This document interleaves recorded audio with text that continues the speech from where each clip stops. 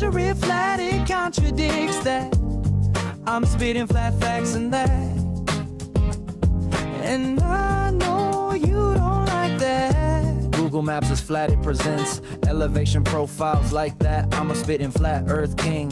Sentence has a ring, doing my own thing. If earth was a big roast chicken, factually finger licking chicken, we just got the measurements missing. I'm spitting eggs and begs, begging the question lesson. I've said it before, time after time. I'm the spitting flat earth king of rhyme. Welcome to Flat Earth Debate Live. I'm your host, Nathan Oakley, and if you are new to this channel, or you've not done so already, then be sure to subscribe. Hit the bell notification icon and join button if you'd like to become a Nathan Oakley 1980 channel member and keep up to date with the Flat Earth debate. If you'd like to support the channel, there is a super chat that runs alongside each of these shows while they are live. There's also a coffee, Patreon, crypto and thanks button in the info box below the video. Most importantly, if you'd like to join the discussion, simply mute the page you are currently watching, then click the link in the info box below this video to join the panel and express your views on the nature of Earth. If you do join, please don't swear. If you do, you'll be ejected, and if you are, please don't try to rejoin the stream using sock accounts. You'll be warmly welcome back on the next stream. Please also share the show on social media. Sharing the show obviously increases the live audience, but this in turn increases the chances of a more diverse panel, so please share the show on Facebook and X. Now, we are joined by Neil, Adam, and a couple of people in the Flipside Discord server. So, welcome one and all. How are you? Hot, hot, hot. Very sweaty here in the UK currently. I'm going to turn my lights off. I've had them on for my intro. If I go back on camera, it's just going to have to be dark. It's just too hot. It's gone up about 5 degrees here since starting the show, just from having the lights on. Well, it's Memorial Day in the States, and that's the day that we kick off the summer. So I guess it's hot everywhere. Yeah, it happens every year. Yeah, it's been... How do you measure that? I don't know. I haven't asked for the temperature. I just know I'm very, very sweaty, and I don't need a thermometer to tell me it's hot today. No. You said it happens every year. So how do you measure a year? That would be time, correct? Yes, that would be time. A convention derived from the sun's movements, averaged over I'm going to say 365 day, but that's conventions within conventions, Neil, now, isn't it? Yes, it is. Yeah, I mean, if you've got a flat plane to measure elevation angles for a sun that you can derive averages for, you can extrapolate a convention we call time. And then you can have days and minutes and hours and so on and so forth. So it's not the Earth spinning. It's not that it's not the Earth spinning. It's more that time is not a fourth dimension. So when people have the convention described to them, the pseudo-Riemannian space-time bending to create a geometry that can further extrapolate out into having multiple dimensions is the work of science fiction. And for a layman, they will not invest the cognitive processing in a mathematical extrapolation from an Einsteinian pseudo-Riemannian geometry that works outside the confines of length, breadth and depth to give us a space-time in a geometry that's superseding a gravity that violates the second law of thermodynamics.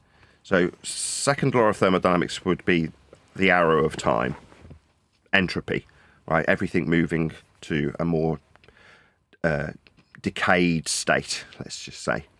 So you're always getting older, gases spread out to fill volumes, the world's falling apart if you don't do anything to maintain it, right? The building will eventually crumble to dust. That's the arrow of time, in a simplistic way describing the second law of thermodynamics. Now, explaining it with the number of available microstates isn't necessary when you're just describing gas, for example, spreading out. That's a very simple description of an effect categorized with the second law of thermodynamics, entropic dispersion. So if you're going to work within a convention, you work within the convention that's laid before you, And in the case of time, the arrow of time is a more accurate way of describing our existence within the space that we occupy, space being length, breadth, and depth.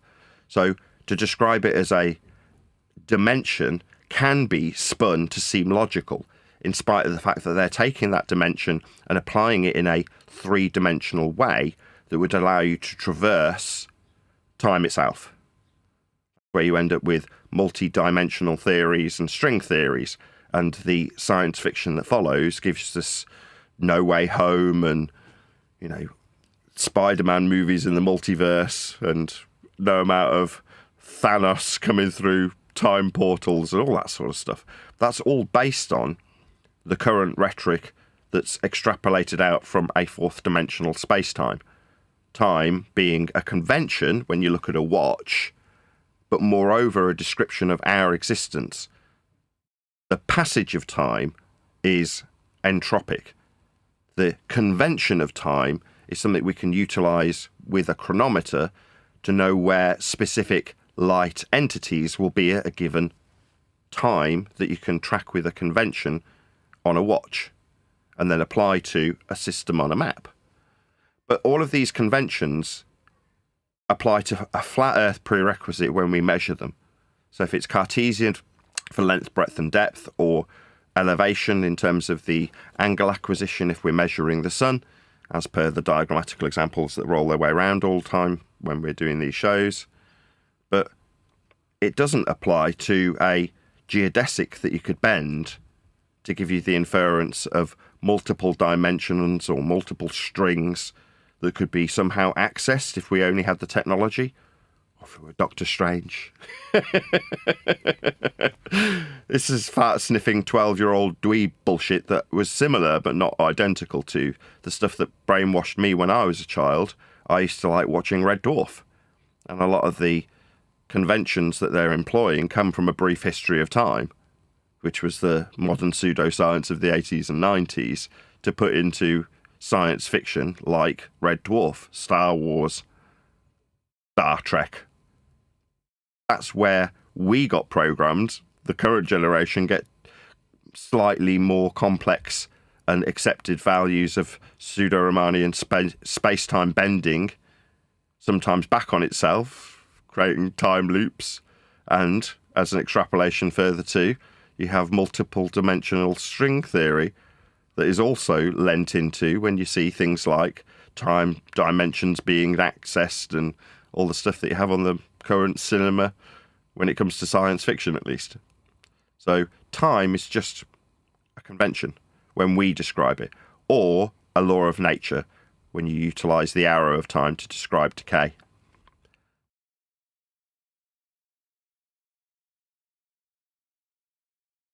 What do you have to say about the government's release of the pictures of aliens? I think there's 4 different types they put out there. I talk about this in the book that's about to come out, hopefully by the end of the month. Just a couple more weeks. There's a chapter called The Offing, and The Offing is describing something the 10th man originally unearthed about 4 years ago. And that was to say, beyond the conventions that are hijacked for Earth curve mathematics, that's the distance to the offing, identical mathematics that have been hijacked and used to suggest that we've got a distance to geometric horizon. I remember hearing it, 1.22 times the square root of the observer's. What? You're like, hang on.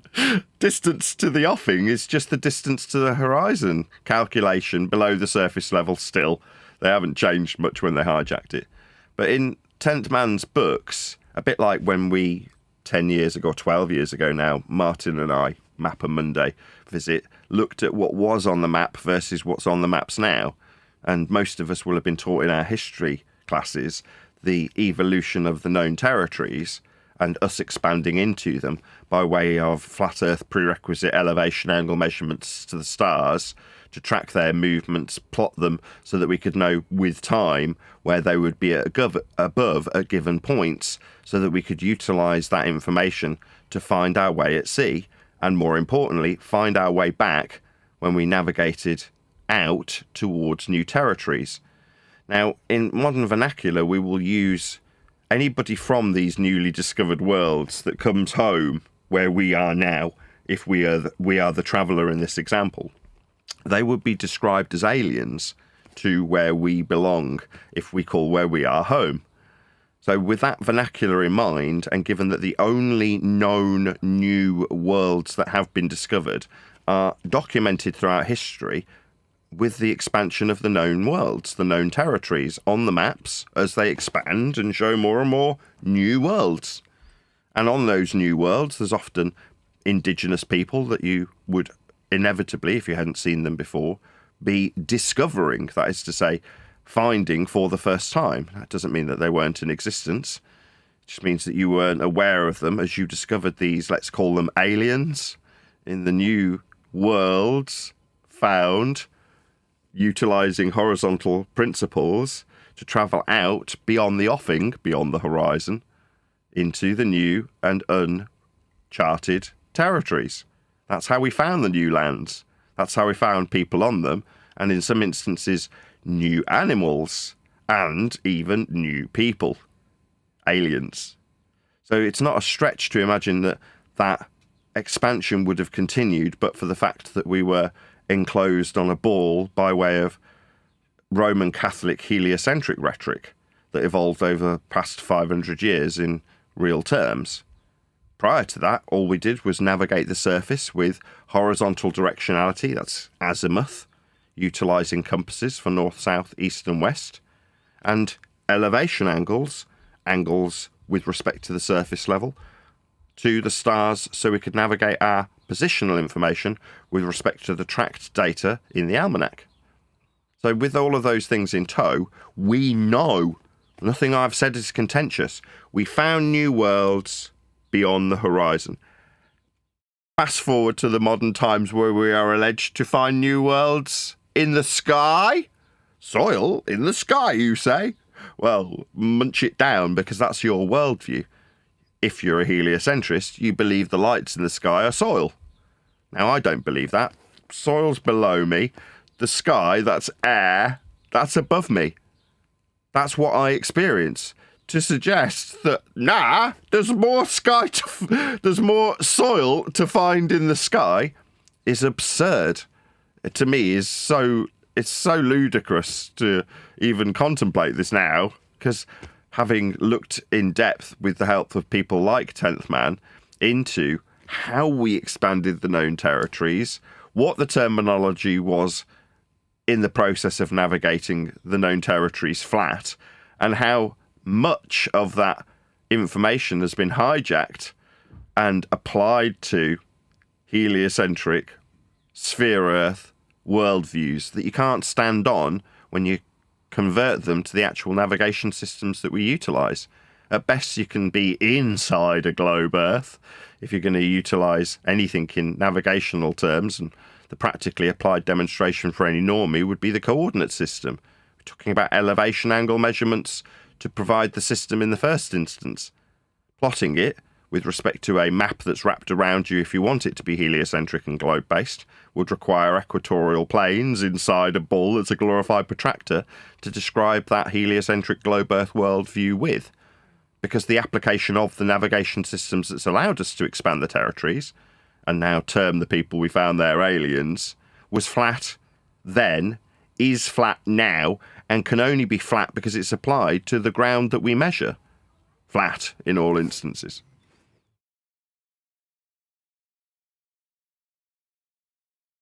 The sine qua non. You are sorry? Sine qua non is a Latin terminology for what you use as prerequisite flat Earth elevation angles.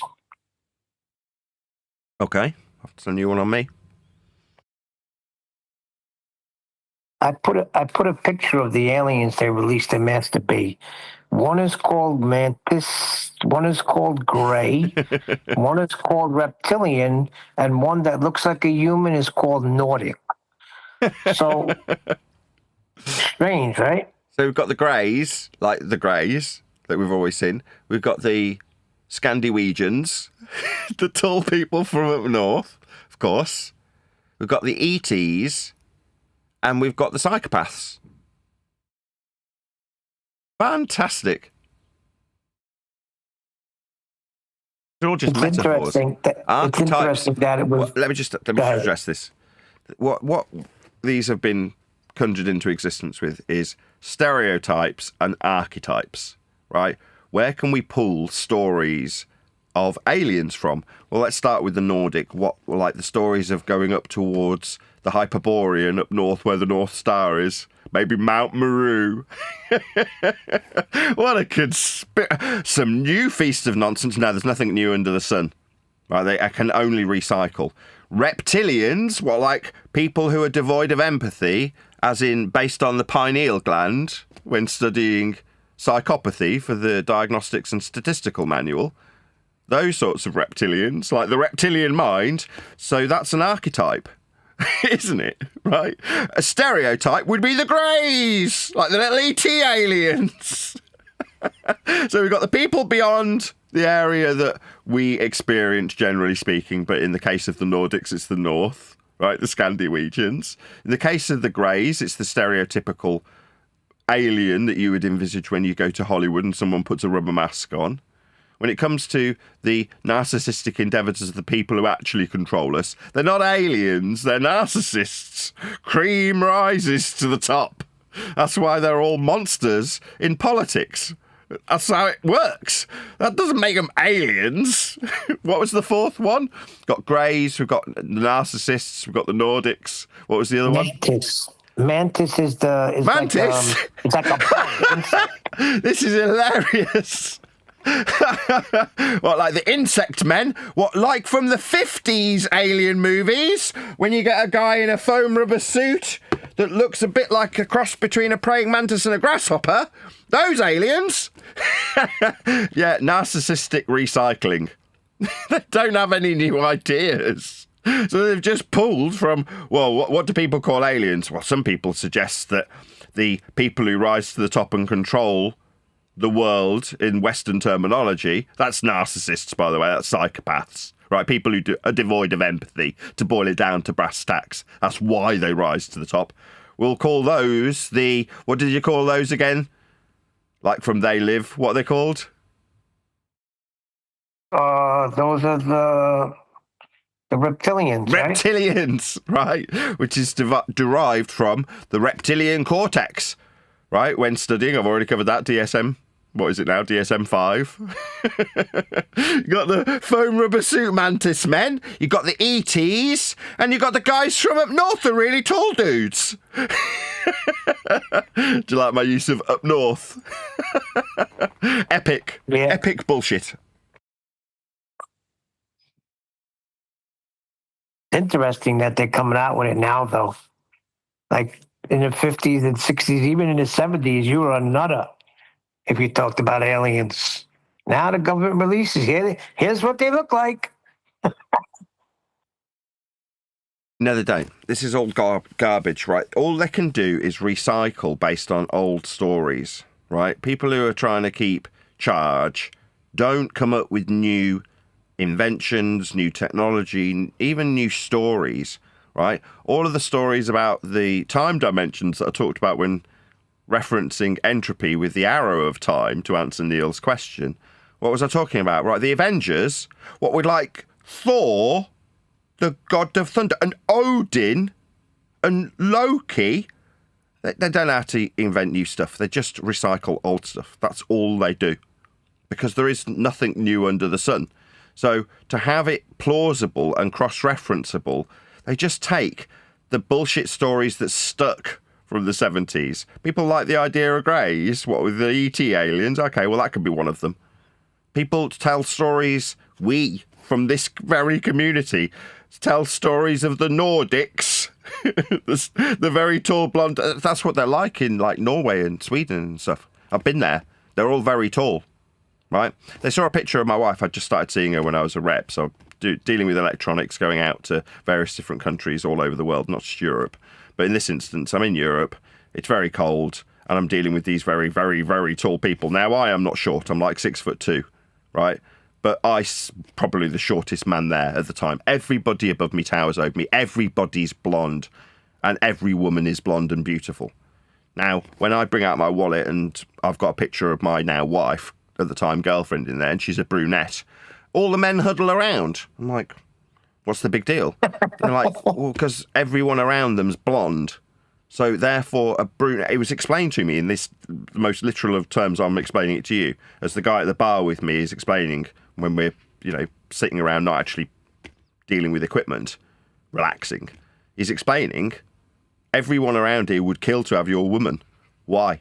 Because she's brunette. No one around here is brunette. They're all blonde. You're like, yeah, it's great. I like blondes. So you're looking at all these tall 5'8" to 6 foot tall blondes going, nice. And they're all obsessed with your woman because she's a brunette, right? Well, that's what it's like up in those Scandinavian countries. But they've turned that into the stories of travelling to the Hyperborean where we have giants. You could imagine somebody who's dead short, little pygmy mofo, waking their way up to somewhere in the Scandinavian countries, and they would seem like giants. When I used to go to the Far East, Japan or China or whatever, I was considered a giant at 6'2". Like they'd go, "Oh, you giant." No, I'm not. I'm just a bit taller than average, not giant. Now imagine somebody at that end of the scale going up to, I don't know, Norway, and they'd be like, "Oh my God, it's the land of the giants." You're like, what preposterous crock of shit. I love it though. It amuses me greatly. What can they do to get people to buy into this shite? I'll just take every avenue of every alien that's ever had a prevalent story told about it and say, yeah, that's legit. Well, they say they pulled them out of a crashed alien crafts, and the funny thing is, my brother came around with this a couple of weeks ago. He said, "Neil, what are you doing? I thought you'd be on your program now. The government released these tapes, and you always say space is fake. Look, they got pictures of the aliens now." I mean, if aliens, then second law of thermodynamics violating 10 to the minus 17 tore sky vacuum with soil in it? No, that's an affirming the consequent fallacy. If P, then Q, Q, therefore P. If we have a heliocentric sky vacuum, then we will experience greys, otherwise known as ET. I keep forgetting what they call them. Reptilians, psychopaths, the people from Northern Europe, and, mantis men. Therefore, sky vacuum, obviously. That's a logical fallacy. But very, very amusing. Yeah, I said outer space is fake. The way we've been taught is fake. But, you need containment. And, we just don't have that in heliocentrism. It's just, I think it's a lot more fundamental now. It always breaks down to the most basic of stuff when you sort of step back from it and go, it's just measured flat, who cares? You do contemplate some of the more basic discussion points that you've had over the years. In this specific instance, soil in the sky. We were talking about it on Friday, right? Taking me up to the soil in the sky. No, it's not. There's no soil in the sky. There's gases. We're breathing them, right? I mean, strictly speaking, I'm on the first floor. I'm in the sky, right? What's around me?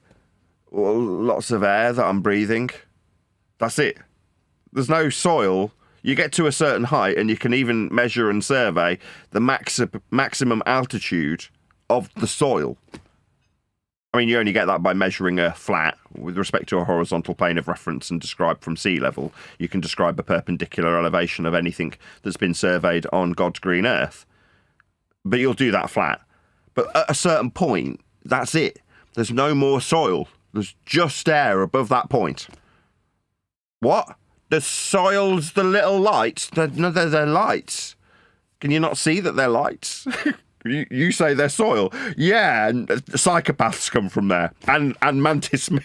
The mantis men's got to be my favourite. Because where's the mantis men thing come from? It's come from 1950s foam rubber men. That's where that's come from. To offer some plausible acceptance from the public, they need to have something that's already in place that's planted the seed in your mind when they say it's true.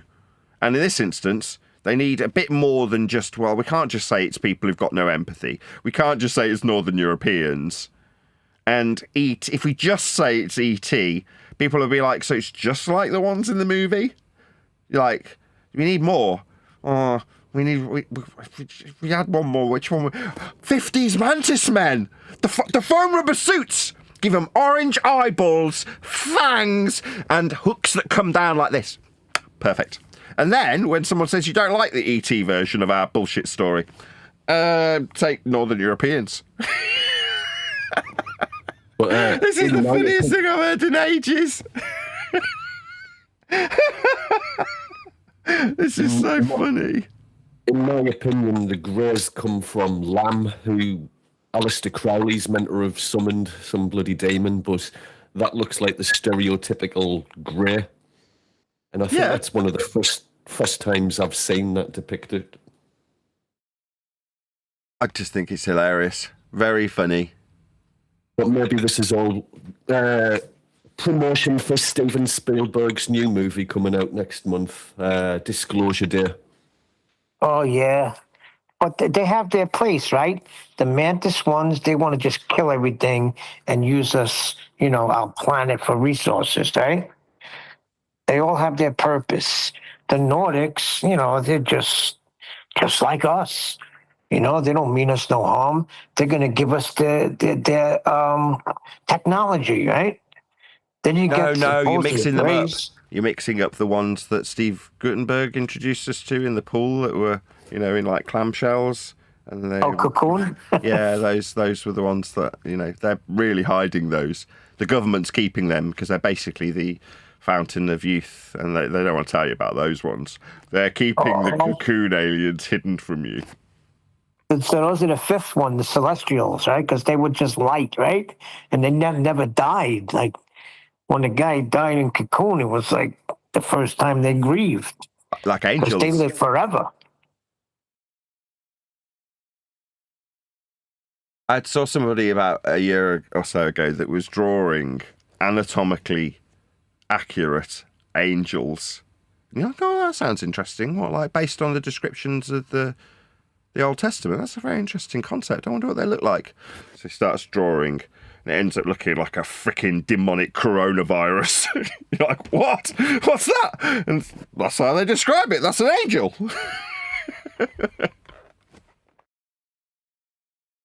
Like a single eyeball staring at you from the front that's massive, and then all these other eyeballs on the side of it.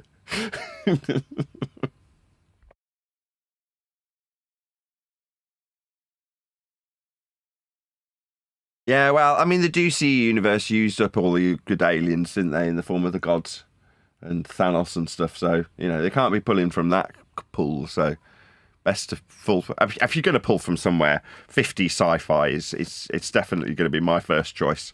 Like the most obscure of alien disclosures, the ones that were disclosed through 50 sci-fi. You just credited DC with Thanos. That is freaking Marvel. Batman would be afraid and very afraid, wouldn't he? I'm thinking of The Fly. I'm getting them all mixed up today. It's funny because so many times I've seen that movie where The Flash, right? And in The Flash, of course, he's in an alternate universe. And in this universe, Back to the Future is Eric Stoltz. And he keeps saying, why do you say Eric Stoltz? It's Michael J. Fox. And the guy's like, nah, Eric Stoltz is in Back to the Future. I didn't know that Eric Stoltz had the original part until you said something the other day. So that part never made sense to me. Yeah, I can see him. Now it does. He's still in the film in various different bits. So in the cafe scene when he meets Biff, you see the back of Eric Stoltz's head just before he gets... before he jumps off the bar stool or whatever you call it in the cafe in the 50s. That's Eric Stoltz's head. And then when he jumps out of the way of the DeLorean, that's a shot that was also filmed with Stoltz that's still kept in. There's a couple of others.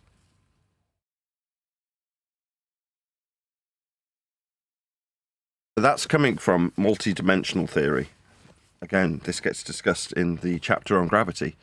So the way it's explained, so that you can conceptualize their multi-dimensional theory, and wiping tears out my eyes because I'm laughing about it. I won't start again. Oh, okay. Is if you imagine you're a playing card, then you can experience the first and second dimensions if you're a queen on a playing card. But if you were taken down a road that allowed you to conceptualize a world where you didn't have a third dimension, then you could be told that it's reasonable for you as a queen on a playing card to not be able to comprehend the third dimension, the depth that we are so joyous in experiencing. Ergo, with you being a mere three-dimensional entity, it is not possible for you to experience the pseudo-Riemannian space-time geometry of a fourth dimension. Therefore, they'll show you three-dimensional examples pictorially of things like gravity wells, and they'll say, look, this three-dimensional Cartesian description and diagrammatical example of something that would literally bend a sheet if it was one is actually the bending of a conceptual medium plucked out the arse of a man named Einstein that you cannot experience in the same way a playing card can't experience a third dimension. You, mere mortal, cannot experience a fourth dimension. Well, when you step that idea up, you end up with, well, I've missed a step, where you bend geodesics back on themselves. That's Einstein's gravity. That's geodesics bending in a pseudo-Riemannian geometry. But when you take that and hijack actual scientific validity from quantum science, you can come up with quantum gravity and string theory, where you take up that concept up beyond that fourth, fifth, sixth, seventh dimension into a world that allows the reification of said concepts to exist through the science fiction of things like Doctor Strange. So they still have the same concepts explained in things like Red Dwarf, with wormholes and time holes and things of that nature, that were designed to be an expansion of Einstein from, I think I mentioned in the pre-show, A Brief History of Time. So now we're into the multi-dimensional universes that we see in things like the DC universe of Thanos, and that's where you get those ideas from. They're an expansion of the increased dimensions that you couldn't possibly experience, shown in a three-dimensional Cartesian depiction, so that you can conceptualize a fourth-dimensional pseudo-Riemannian one, and then expand that up the ranks of dimensionality until you are into string theory and multidimensional theory. Theory in name only. It's not come from any scientific validity or mathematical empiricism. It's just plucked out the arse of Einstein and expanded on from people who wanted the world to exist beyond this pseudo-Riemannian geometry. So it's just mathematics, basically. It doesn't really have any practical application that I've ever been shown. It's just existent to come up with fantasies. It's useful for sci-fi, and that's exactly where it gets cemented. You know, the fantasies of things like Doctor Strange. I use Doctor Strange because he's a specific individual that's breaking through the barrier of third, fourth, fifth, sixth dimensions and into the multi-dimensional theory that is suggested to be our world.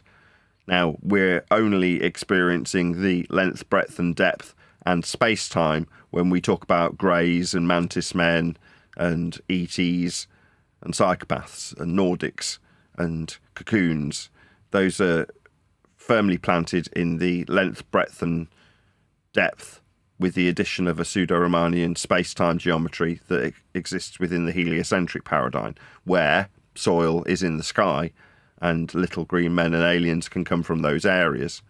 Now, that's a direct convolution of the necessity to suggest that the directionality that we have actually expanded the known territories out, that's horizontality with azimuth and degrees in the horizontal four directions, to suggest that the journey, the navigation that would be used to encounter aliens would be in a vertical orientation, up towards the soil in the sky. That's a complete defiance of every known directionality and acquisition of new territory. Every single acquisition of any new soil ever was done in the horizontal, never in the vertical. Same goes for the molten iron core. The molten iron core is only there to juxtapose a world that's been expanded through horizontality with azimuth and directionality into a vertically orientated pole with magnetic field lines coming out in that orientation. So you can justify the bastardization of the terminology with things like north as being north, a convolution of the elevation angle of the North Star Polaris as it drops towards the horizon, giving you circles of equal elevation, again a flat-only concept that's hijacked to suggest that north could be the top of a star when you're not navigating to any stars. You're navigating with them for their ground position 90 degrees to your position when you measure them with elevation angles with respect to a planar surface, because the ground position in the horizontal with a azimuth or degree from north also in the horizontal is what we've used to find new soil. Never once in the history of discovery has anybody ever used north. That's not north. North's not up. That's north.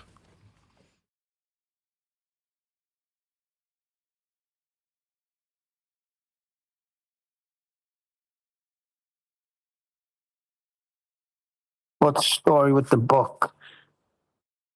I got the... I think you went. Go ahead. I'm sorry. I thought you went mute for a moment there. That's right. You go ahead. No, and then you were. I thought you were talking and it was mute. No. Did you have something you wanted to add on? Go ahead. No, I'm really good.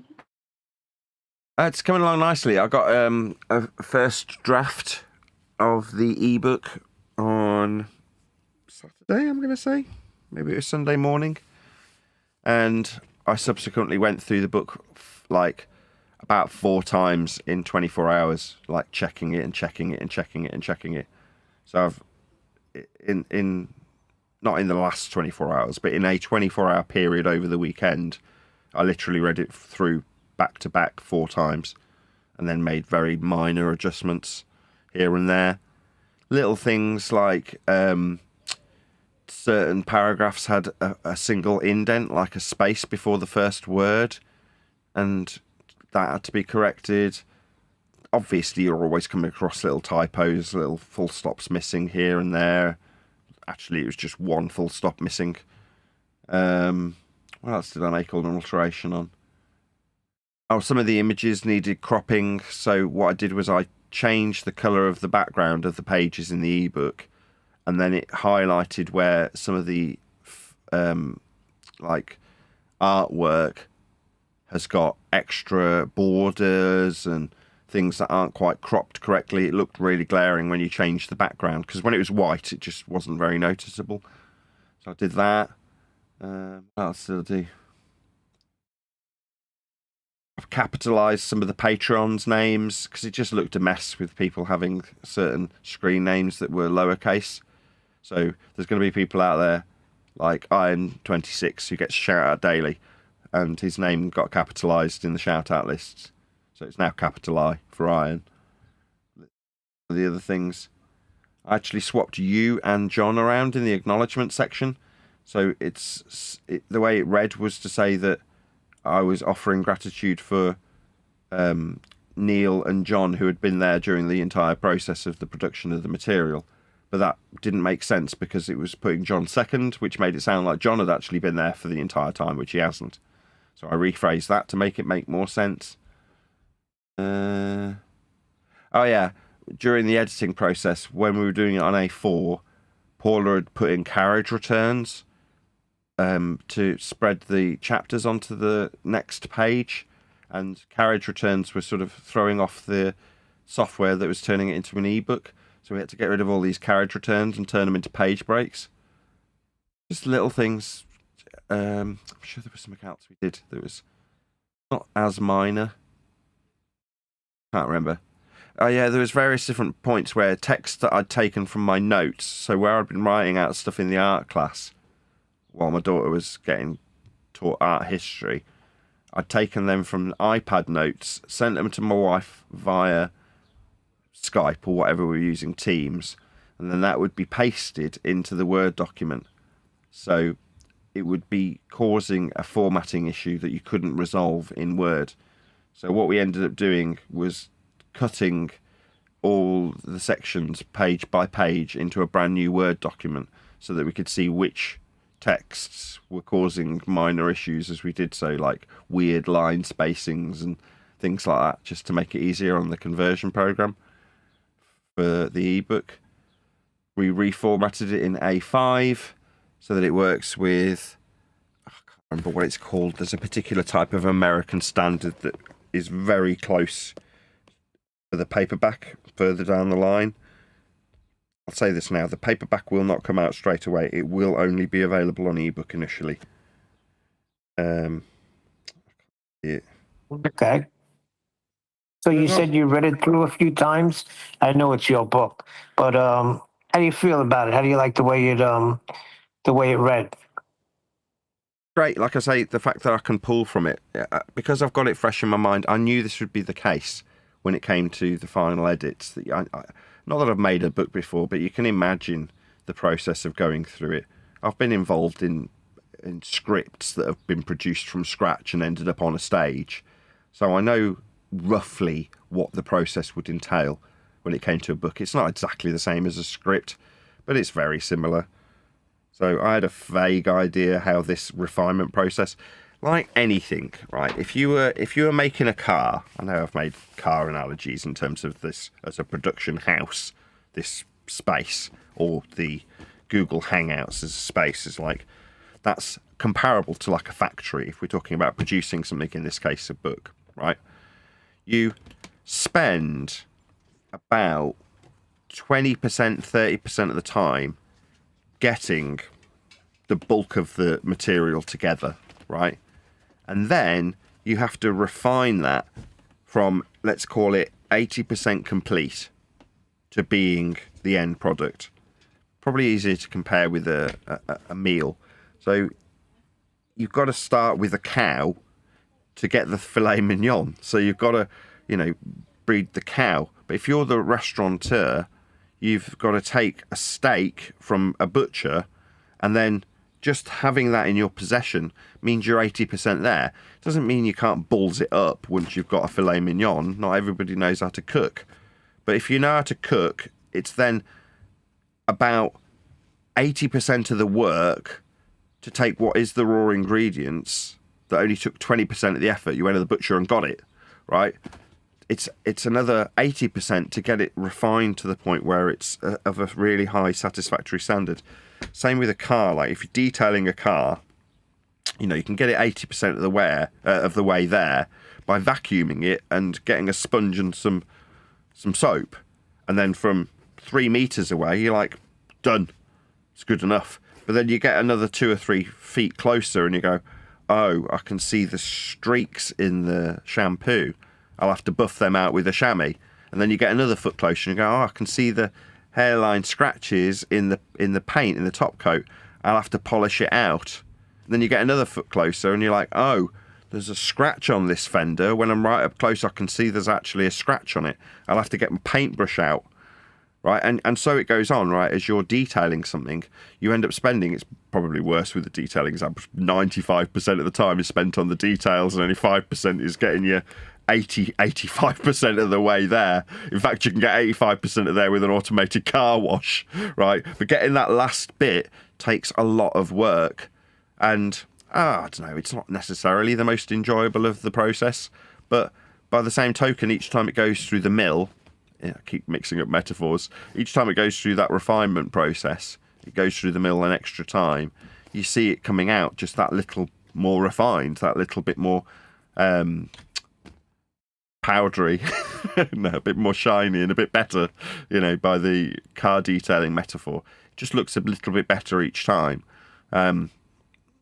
Not that it would, look bad if there's a missing full stop. It doesn't fundamentally undermine the information.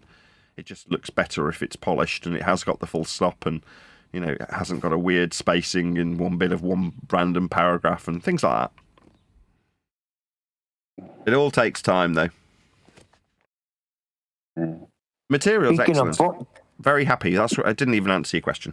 How's it looking? It's excellent. The book's really good, which is why I keep referencing it. So like today, I think in this episode alone, it's not available yet, but because it's fresh in my mind because I've read it 4 times in the last, I don't want to say the last 24 hours, but over the weekend, I can go, well, that's in the offing chapter. That's in the gravity chapter. Go ahead. Go ahead. Michael. Go ahead, Christian. Sorry, I just joined. No worries. PT6. So yeah, it's 99% done. It's just little tiny details and little tiny refinements. So you're happy with it? That was the question. How does it read? You read it a few times through. I know it's your book, so of course you're going to give it a high grade, but try to put yourself out to just a regular person that would grab it and read it. What do you think? I reserve judgment. I don't know. Obviously, I think it's good. I wrote it. So I'm going to say it's fantastic. I think it's as good as I can produce. And it's based solely on whatever number show we're on, 2,550 something. You know, it's based on having lots and lots and lots of shows on this subject. And because of which I've got lots of information to be able to tie together a book on the progression of Flat Earth from a perspective of a normie through to the modern day discussion of how it's measured flat and the complex fart-sniffing heliocentric globe Earth paradigm that we were stepping into to fight against in between. So for somebody who's coming to the subject of Flat Earth, it's going to be the case that most of the material is unfamiliar to them, but there'll be certain things that they've heard of, you know, the distance to the geometric horizon or gravity. There you go, the gravity chapter will be vaguely familiar. Now, that's not to say that when I start talking about the extrapolations into 4th and 5th dimensions and multi-dimensions and things of that nature, that's familiar with the average fart-sniffing dweeb, but not with your average Joe. So they'll read it, and I empathise more with our average Joe than I do with the fart-sniffing dweebs. Like I say, there's been quite a substantial amount of information that ended up on the cutting room floor that was complicated and correct, but just not necessary to actually tell the story of coming to a subject where you're preordained to believe in a sphere beneath your feet, to the recognition that the mathematics of having a sphere beneath your feet requires the surface level be measured flat. That's what surface level is.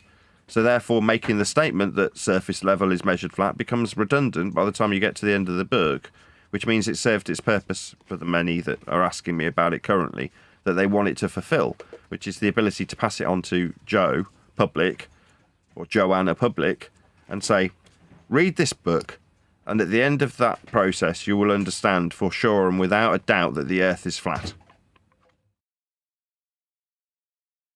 Excellent. I need to ask you another question. That lady that sends you the poems, is her name Tamara Seville? Yes. Okay, because she shouted out my birthday, she sent me a few bucks, and she's sending me a few copies of her books that she has. Oh, that's really sweet. She's very generous. Yeah. So it's really nice. So, and it's funny because she asked me if I wanted ebook or signed copies. Of course, signed copies, please. And I gave her my address. So it turns out that her husband is from Brooklyn, right? She's from where I live in Alabama. That's where she was. Her father went taught school in Auburn University. She's from Opelika, where I'm from. Isn't that weird? Not really. What do you mean, not really? Are you kidding me? I'm from Brooklyn. Her husband's from Brooklyn. I live here now where she grew up. That's not a small world to you, buddy. Jeez, Nathan. Sorry, I mistook my reaction. I mean, oh my God, that's absolutely amazing! Yes, it is.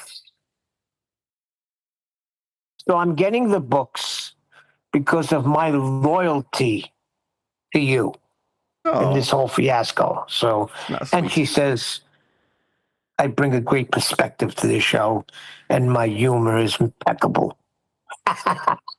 I like Tamara.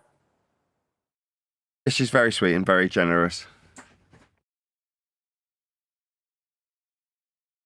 Shout out But to you, yeah, Tamara. thanks for the shout out. Oh, sorry. I was just saying thank you to Tamara. I'm too poor to give you any money for your birthday, so instead of giving money to Neil, if I've got money, I'll give him money if I've got it in my bank. But I haven't at the moment. I'm seriously poor. So I thought, well, what can I do? He's got his birthday coming up. He's mentioned it several times.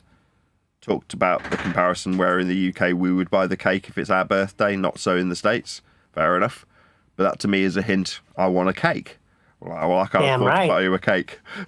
So I can shout out my very generous audience, who I know will in tow be very generous.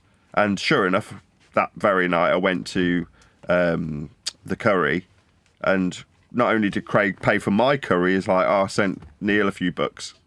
He said, I had a good cash deal go through today, so I'm going to treat you to your, which was fantastic, because I'd taken cash out for the curry, which I didn't have to spend. And then on Sunday, when I was reading the book through over and over again, there were various, I weren't even subtle when we were transferring the entire book into a new Word document. It did take several hours. But my wife was Johnny on the spot and did it all for me. And I was like, here's some cash. It's all I've got. You can have this for doing the work. And she's like, oh, thank you very much. But that was as a direct consequence. And even I explained to her, I was like, the reason I've got this cash is because I took it out to go for a curry, and then Craig paid for it, which is as good as a manual super chat, right? I've now got 30 quid in my hand, which I wouldn't have ordinarily had. And the deal with my wife is I'll give her my PayPals. Well, obviously, since we've finished the draft. Something else I was going to say. When you're asking, how do you feel about the material? That sort of 80% complete with 20% of the work isn't true for me, because it took years and years and years and years, because it was written, suggested to be not good enough, and then suggested that I needed assistance in making it better. One of the drafts then got stolen. It then had to get rewritten again through 9 drafts total, a further 4 drafts. And then that, I think it was at the 9th draft stage, was the arbitrary date that my wife and I had set to get it finished. And by finished, I mean at the point where you've got a physical car in front of you. Has it had the clear brow put on it? Has it been polished? No. Has it had somebody put a decent stereo in it and put all the sat-nav names in your sat-nav so you've got favourites? No. It's not a fully functional car. Put in the stupid addresses with the zip codes, postcodes here, into the sat-nav. It takes bloody hours, but it means that you've got your favourites at a twist of a button on your sat-nav, right? Those little details take a long time. Having the stereo all ripped out and all the panels taken off so you can have a decent stereo replaced in the car, as was always the case when I was growing up. Cars came with shitty stereos when you got them from the factory. So you had to take it to a shop, and they'd have to strip all the doors down and put all the decent speakers in and stuff like that, right? But the car itself, as in, what is the material? Will it change order? Yes, very much so. It actually made sense to almost tell the story in the reverse order.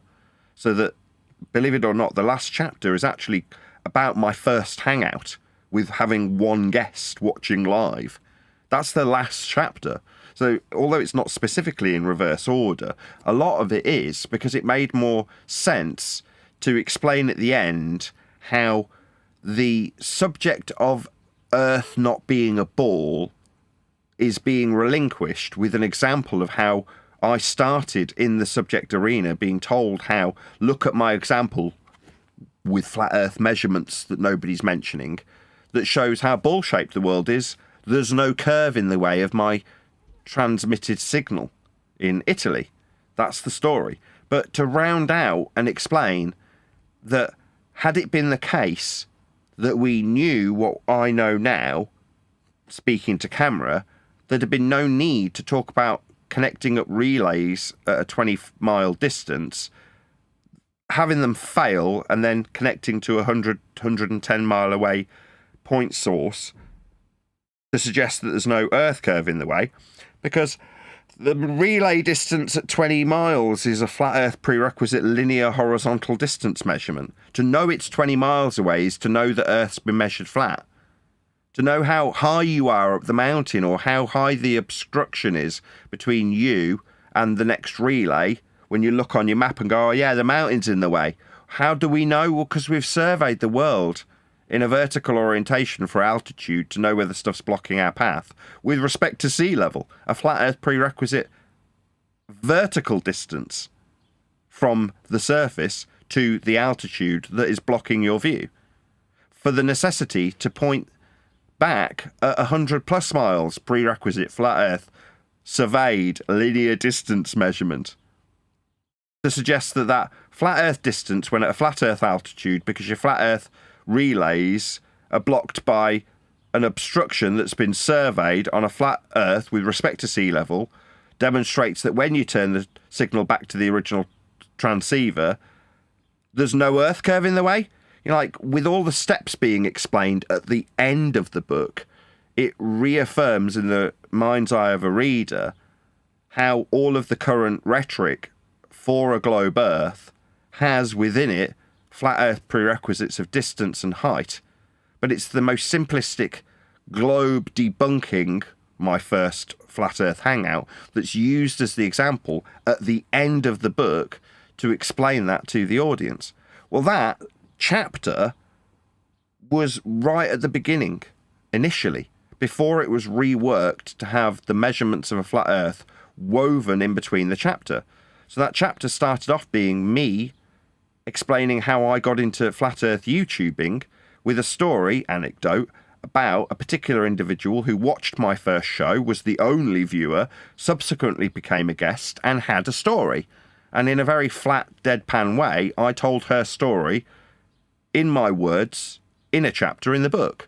But then once you've reached the point where you go, I need to interweave for a reader how flat Earth has been measured in summary, that was the chapter to do it with. So it ended up taken from chapter 3 to chapter 24. It got put right at the end to summarize the entire overarching point of the book, that Earth is measured flat. But I knew that at Easter. That was the date I'd set.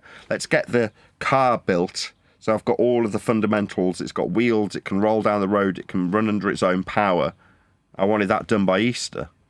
And that's what I achieved, knowing full well that, you know, as much as it might seem like you can just snap your fingers and then it goes out and there you go, it's a really good book. You're like, no, ask anybody who's actually produced a book and they'll tell you, like I've told you, getting it to the point where it's been refined to the point that you're happy to put it out as a product that's a serious product, because I want it to sell. You know, this is, as much as I can wax lyrical about how fantastic the material is inside it, it's only fantastic because I want it to be a product that can sell. And the market that it's selling into is people who come across the subject of flat Earth from a flat Earth perspective that want to hear about it in the positive. Now, pretty quickly within 5-10 pages of reading it, you'll recognise that the whole process is futile. There is no debate. Earth's measured flat. You probably get it within the first 2 pages. So from that perspective, it's going to shock a lot of people. But there's plenty of stories about wanking and porn bombing and other anecdotal information that people at a much more lowbrow level will just enjoy reading the story of flat Earth debate, along with taking on board information about how Earth is obviously observably and measurably flat.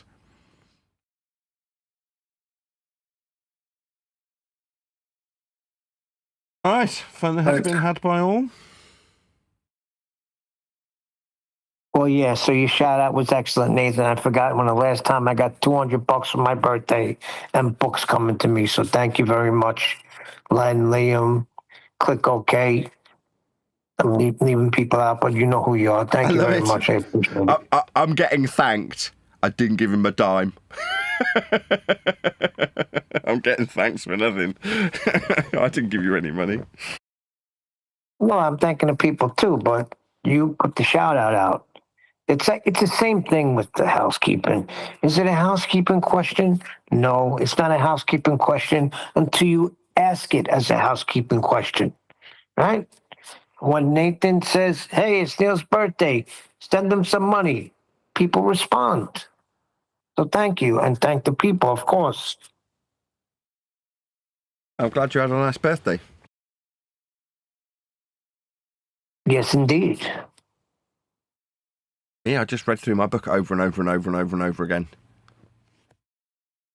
Which is nice as well, you know. I did enjoy reading it, I won't lie.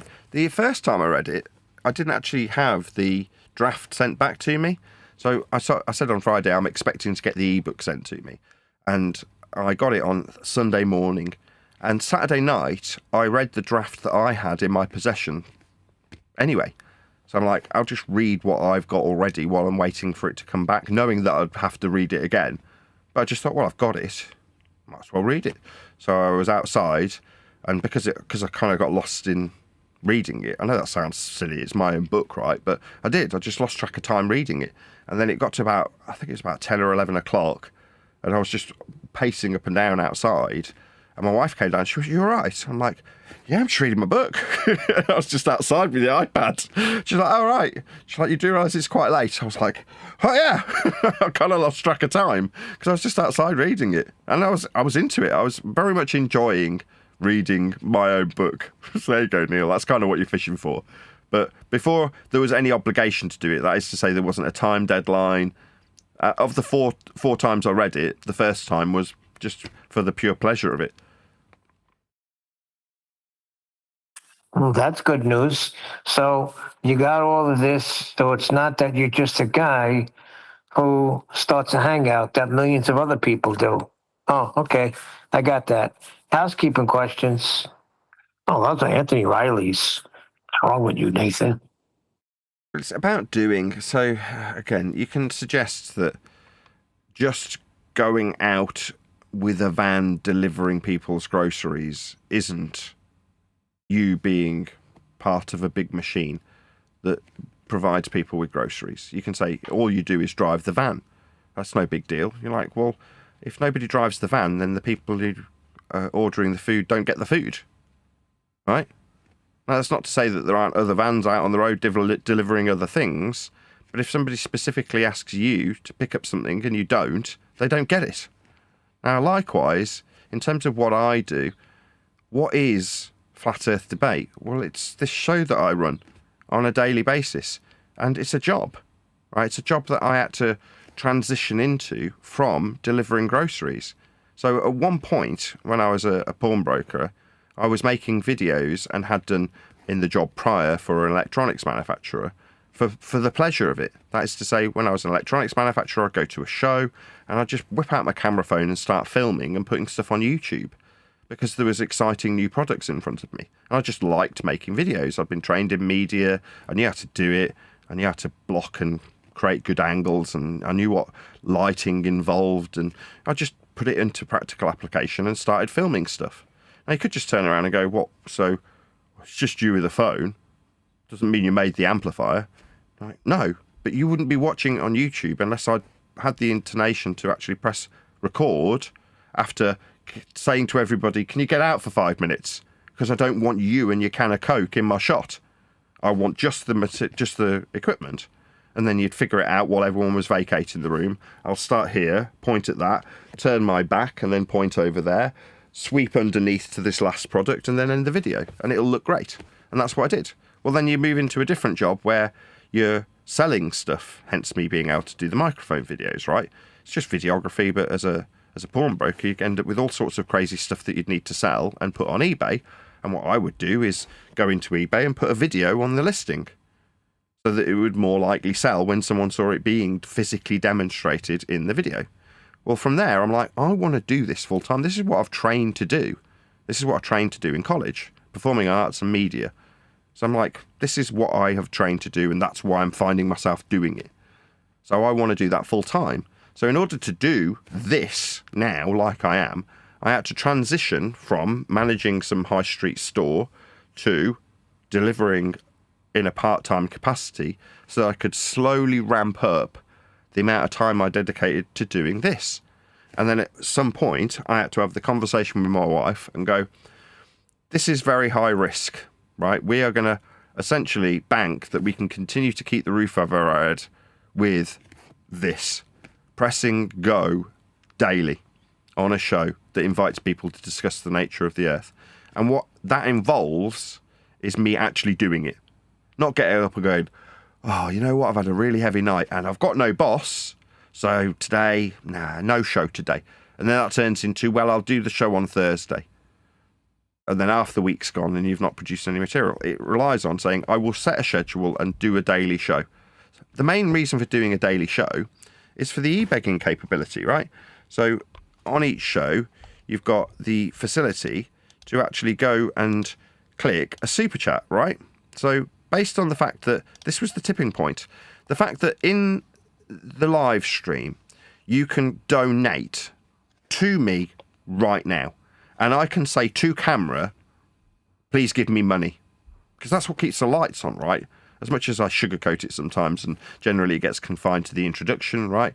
PayPal and crypto and Ko-Fi and all that stuff that gets shouted out in the introduction daily. That's the main reason for doing it.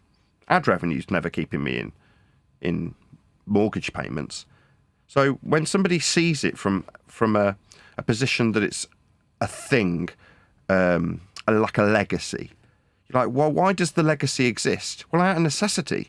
In other words, the only reason I'm pressing play each day is to keep the mortgage paid. Now, in order to do that, I need to be enthused about the subject matter, but I need to be enthused personally about it for it to be successful as a YouTube channel, for the person watching to be enthralled with me tearing a strip off a ball believer, reiterating for the thousandth time the debate points that have already been overcome, putting a baller discussion into a shorts video based on him being asked one of the questions that we ask at the opening of previous shows. That's doing the do. Now, you can just say, well, all you do is run a hangout. Yeah, all I've done is run 2,500 hangouts for the last 10 years.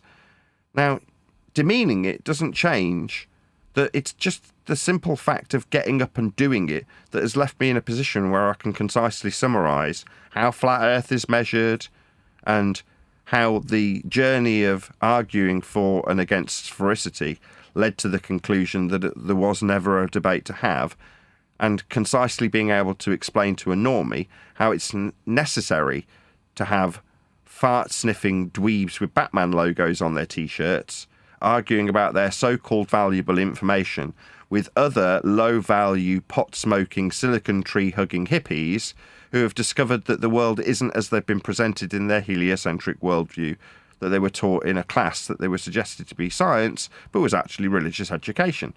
Now, that's a pretty concise summary, only capable because I've done this for 2,500 shows. There's always going to be people out there that want to take a legacy of a person that has only built a legacy because they've had a necessity to pay their mortgage. And that necessity leads me to be here, say, please smash the super chat, so that people like whoever it is that's just smashed the super chat, smashes the super chat. Thank you. Is it Chain Wax? Respect the grind. I've received foundational knowledge and entertainment here. Well, thank you very much. I really appreciate the support. I'm going to give you a little thumbs up and a heart. Thank you very much. So yeah, there we go. Anything else? Any more for any more? Not, we're going to round out. I'll even put my lights on to do it, even though I'm pouring with sweat. Nope. With that, I will say, if you are watching this on either Nathan Oakley 1980 or Nathan Oakley Premiering Streams, then stay tuned, as there will be an after show to follow. Unfortunately, there, if you are watching this live, this is where we bid you farewell. So, another massive thank you to all of you who liked, commented, shared, subscribed, smashed the super chat, hit the super thanks if you're watching this after the fact, and all that good stuff. I've been Nathan Oakley, and I will see you all in the next video. But when you measure it flat, it contradicts that. I'm spitting flat facts and that.